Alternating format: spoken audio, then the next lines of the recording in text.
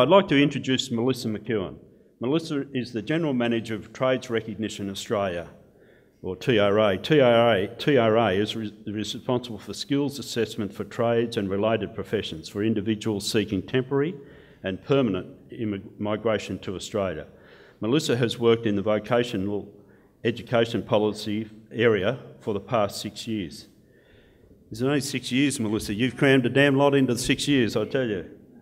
And this just gives me an opportunity to acknowledge the efforts of Melissa. She's done a lot of good work, and I do recall in my own personal experiences when we were setting up the EBPP programs, your leadership and clarity around that really helped those programs get up and going, and they're still going and going well now as National Workforce Development Programs. So you should note that in your CV, which I notice is not in here, Melissa, so well done for all that. And you're also, your other work is including the establishment of the ASQA Authority and the management of the Industry Skills Councils. That must be a bit like herding chooks, is it, Melissa? Prior to moving to the vocational education, Melissa had spent a number of years in the area of broadcasting policy and worked as a policy manager for the Screen Producers of Australia. Melissa has a BA with honours in politics from the University of Adelaide, a Masters in Australian Studies and a PhD in Cultural History from the Australian National University. Ladies and gentlemen, Melissa McEwen. Thank you, Melissa.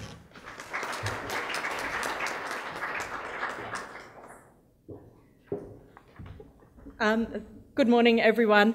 Firstly, I'd like to acknowledge that we're meeting on Ngunnawal land today and acknowledge the elders past and present. Look, I'm absolutely thrilled to be here, and I was really pleased to have EOS invite me because I think this is a wonderful initiative, and congratulations to everyone involved. When I was at school, no one ever asked me whether I might be interested in being in a trade. Now, to be clear, that's probably a sensible thing because while, for example, I was reasonably good at physics, I'm possibly the least practical person in the actual universe. However, I know that I had friends who were more practical than me, who had the kinds of skills and the kinds of intelligence that would lead them to be successful in a trade area. And I don't think any of them ever had it suggested to them that this might be a career path they might like to choose or an area that they might like to pursue. Despite a lot of changes in professional areas and even within professions such as engineering to open up towards women, trades still remain very gender divided. There are men's jobs and there are women's jobs. The Workplace Gender Equality Agency's January 2013 report on women in the workforce indicated that only 23.5% of workers in the electricity, gas, water and waste services industry are female, and only 11.7% of those in the construction industries. When you look at who's coming through the system, the numbers are even a little bit more depressing. Only 2.3% of electrotechnology commencements in apprenticeships in 2012 were women. And in 2012 also, only 1.7% of apprenticeship completions were women. Similarly, in 2011, women made up only 1.1% of enrolments in electricity generation sector training package qualifications, the second lowest area of female participation. These are figures that you can't imagine have changed much from 20, 30 or 40 years ago. It would seem that nowadays you're more likely to have a woman leading the political party in power in your state or territory in Australia than you are to have an electrician turn up to fix your lights who is a woman. In vocational and trades areas, women still predominantly participate in service industries and other traditionally female-coded occupations. These occupations have lower rates of full-time employment and overall lower wages.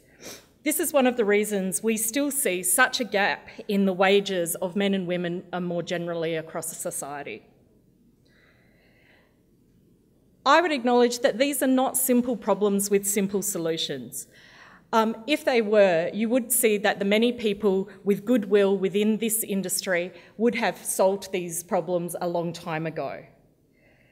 They are deeply complex challenges, increasing the number of women, and I don't think we should underestimate that. There are issues that are both structural and cultural. But I don't think this means that we should ignore them or not do something to try and fix them.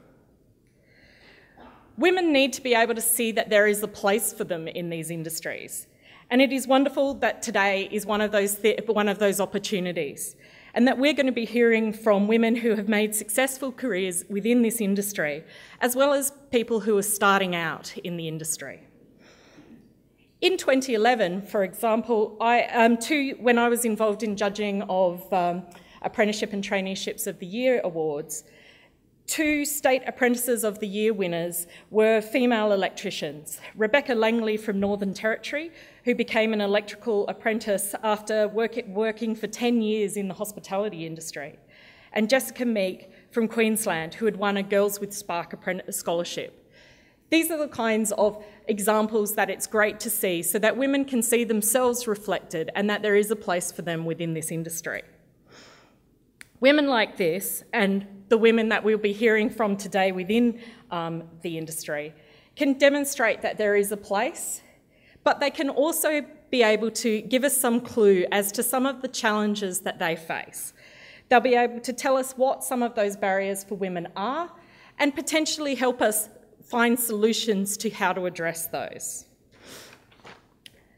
It's heartening to know that while those participation numbers in apprenticeships are very low, they have been steadily rising since 2008. But in the end, I'd love to see more than 127 women complete an electrotechnology qualification in a year. That's not a big number.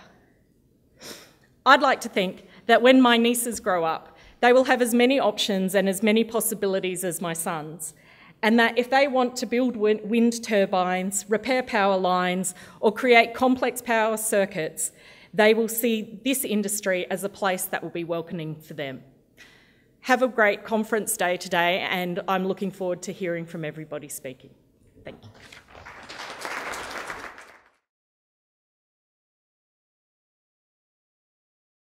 The next person I'd like to invite is Mr. Bob Taylor, who really need no introduction to this auditorium. Thank you very much, Bob, to open the conference.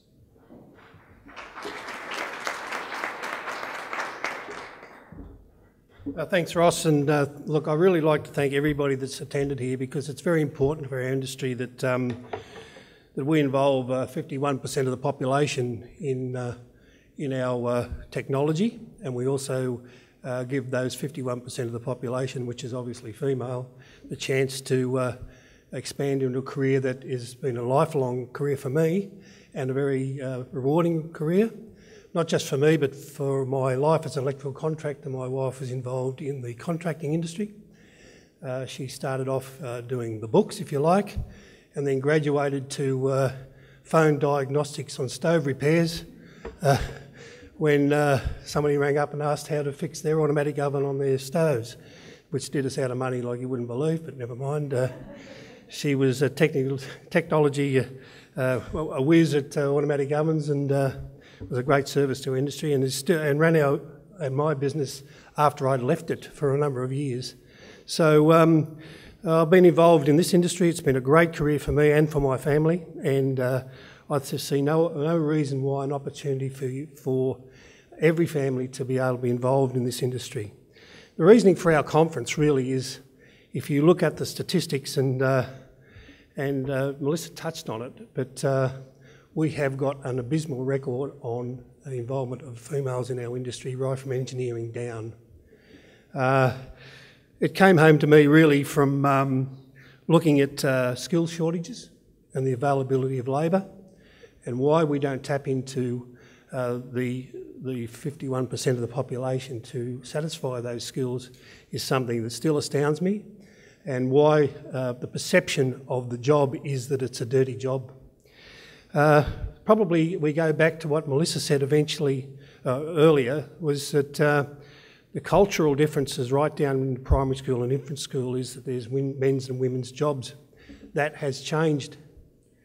For me, the idea of a construction electrician is, the old gorilla that pulls these submarines in that is bigger than your arm and terminates them to a switchboard that's bigger than this room, is one teensy-weensy part of our industry. There are jobs now that are available to a whole range of new technology, people who are savvy in very high-level jobs that are classified as electricians. For example, at this point in time, reality of our industry demands that people will be able to install and service driverless trucks, driverless trains, remote signalling, communication systems, diagnostics, instrumentation, measurement, energy efficiency measurement, energy management. All those are very high-level jobs that are involved in being an electrician. And it's something that mystifies me why our perception of a trade is tied to being dirty in a pair of overalls and crawling around under roofs, in floors and in roofs. That is a minute part. When I was a contractor, that was part of what I did, but it was a very small part. I was involved in air conditioning controls, involved in power factor correction for major buildings, which really was at the cutting edge of technology. If you look at power factor correction, a lot of you, the women out there, would know what we're talking about. That was a new technology for energy efficiency back in the 80s. And we managed to get that niche market, and it was less physical, more theory and more technological in nature rather than the physical side. Now, there was no reason why I shouldn't have a female apprentice. I had 2 daughters. My youngest daughter would have made an ideal apprentice. She still pulls the washing machine apart from instructions from Perth from me. But she took a career in sport, which led her to a whole range of international activities. And at this point in time, I still think her calling she would have been a great electrician. Better than my son, who's an IT nerd, who would have been useless as a practical electrician. But just to go through, I think we have to change the perception of our trade. I think we've been responsible for, if you look at a lot of our publicity, we see somebody with a hard hat, reflective vest. That's terrific, and that is part of our industry, but it's a small part. I think it's important that we know there's other avenues for people involved in power supply, mining, in gas installation. I was privileged enough to go to a Gemini launch of a whole bunch of apprentices the other day. They're putting on 60 over the next 5 years, and 3 of those apprentices in that cohort were female. And that's in the gas industry, which is really, if you like, the dirty end of installation work for our industry. But they were involved in some of the higher technology measurement type activities, and they'll be a great asset to Gemini in the future. At the end of the day, I think our future's in the apprentices. We've got apprentices in this room, and I'd like them to stand up if they could, and maybe come out to the front. Just on parade here. For me, this is the future. If we can get this type of role model to our prospective apprentices, these people really are at the cutting edge, and they should be recognised of taking on an apprenticeship in a male-dominated industry, which I think I think you find these people are the highest achievers in their class. There'd be no doubt in my opinion. I managed to get a Cert 2 traineeship up, which was the first Cert 2 traineeship in Australia in electrotechnology, and that was back in 1995. And part of the submission was that we had to involve at least a quarter of those participants in women. There was 20 participants, so we ended up having to get a quarter of those involved. How I did that, I went to Dixon Shops with a coffee table and a sign, and I sat outside in a little camp chair and said, if you're a woman, do you want a job in the electrotechnology industry? And we managed to fill that from Dixon Shops. And that was direct marketing, if you like. And out of those 20, 3 of those people passed, 3 have now got their own contractors' businesses. So I think probably direct marketing is a way to go into schools. I think pamphlets and all the like are terrific, but I know what happens to pamphlets at my place. They end up in the filing cabinet under the sink. But direct marketing and with using these people as role models, I think is the way to get people attracted into our industry.